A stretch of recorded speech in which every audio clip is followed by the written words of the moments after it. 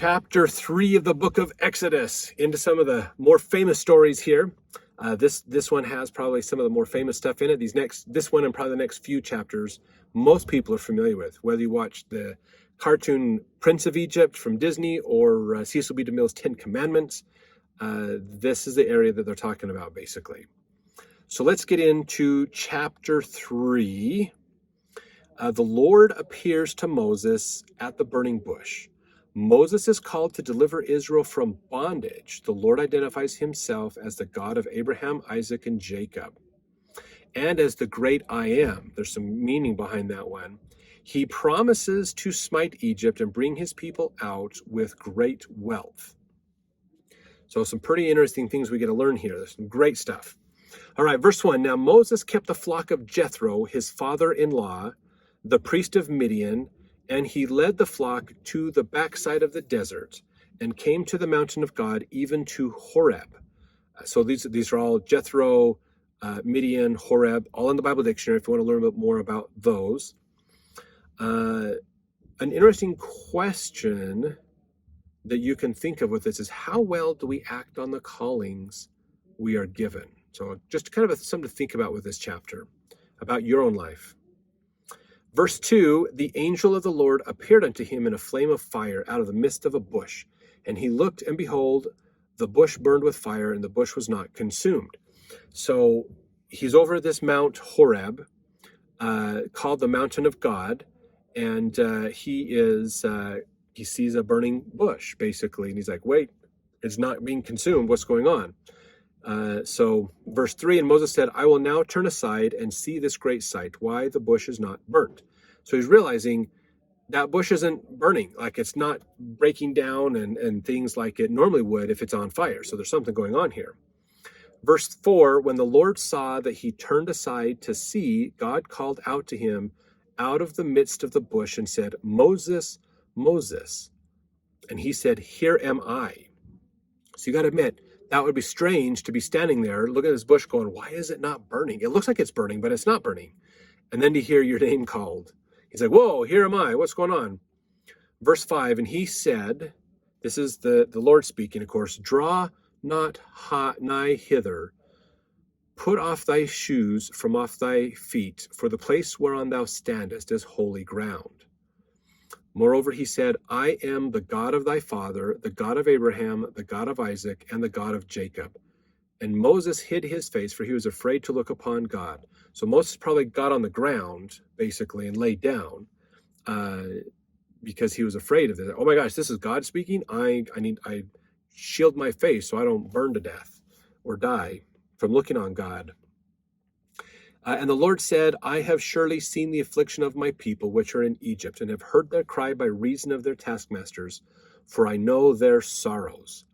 I am come down to deliver them out of the hand of the Egyptians, and to bring them up out of that land unto a good land, and a large, and unto flowing, and okay, let me start that over here.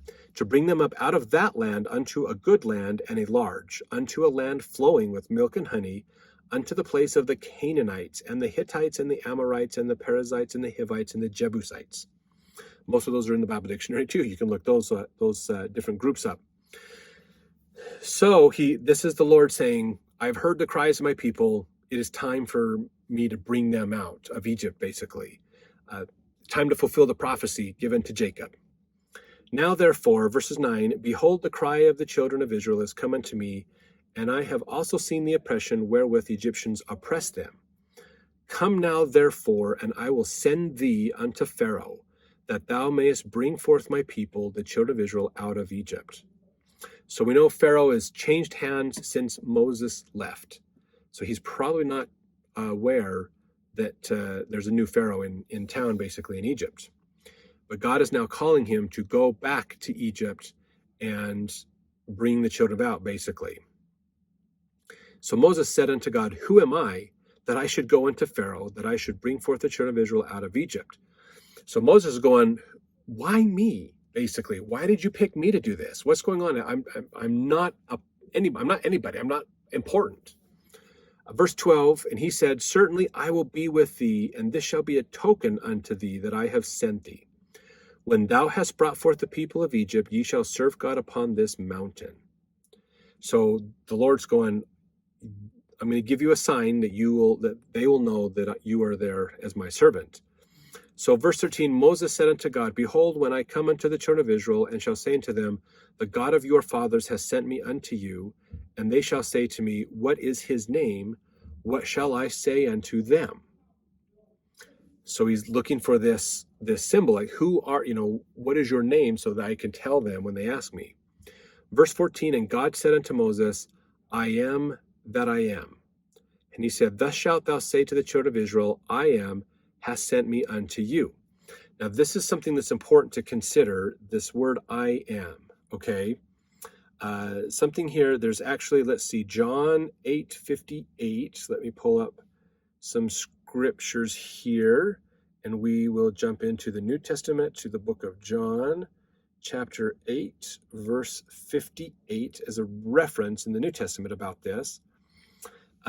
Jesus said unto them, Very verily I say unto you, before Abraham was, I am.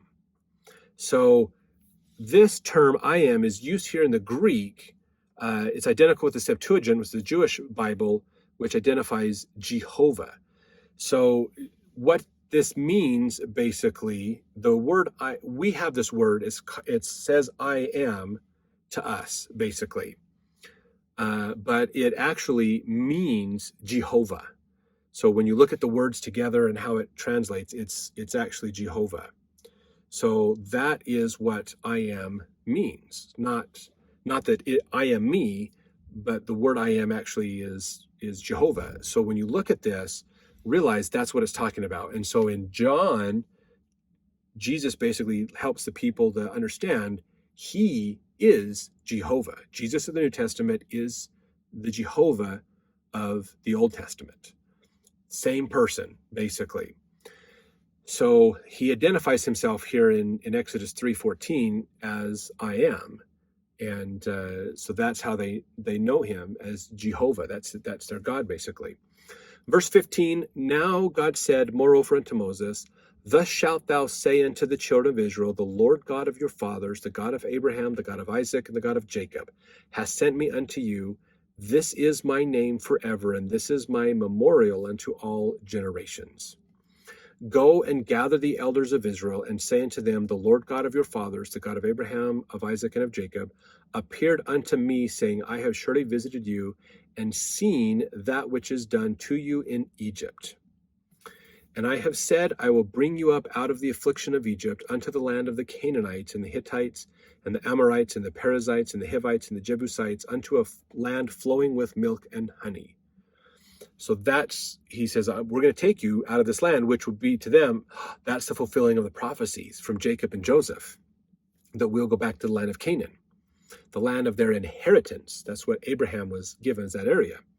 Now, verse 18, They shall hearken to thy voice, and thou shalt come, and thou and the elders of Israel, unto the king of Egypt, and ye shall say unto him, The Lord God of the Hebrews hath met with us, and now let us go, we beseech thee, 3 days' journey into the wilderness, that we may sacrifice to the Lord our God. And I am sure that the king of Egypt will not let you go, no, not by a mighty hand. And I will stretch out my hand and smite Egypt with all my wonders, which I will do in the midst thereof, and after that he will let you go. And I will give this people favor in the sight of the Egyptians, and it shall come to pass that when ye go, ye shall not go empty. But every woman shall borrow of her neighbor, and of her that sojourneth in her house, jewels of silver, jewels of gold, raiment, and ye shall put them upon your sons and upon your daughters, and ye shall spoil the Egyptians, or make empty, basically. You're going to take all of your stuff, your possessions, and all the things that you've accumulated, and you're going to take them with you. So this is God basically explaining to Moses how this is going to roll out. You're going to go, you're going to talk to the elders of Israel, you're going to confirm the prophecy to them. Then you and the elders of Israel are going to go to Pharaoh and tell Pharaoh to let them go and that you're going to take them all out.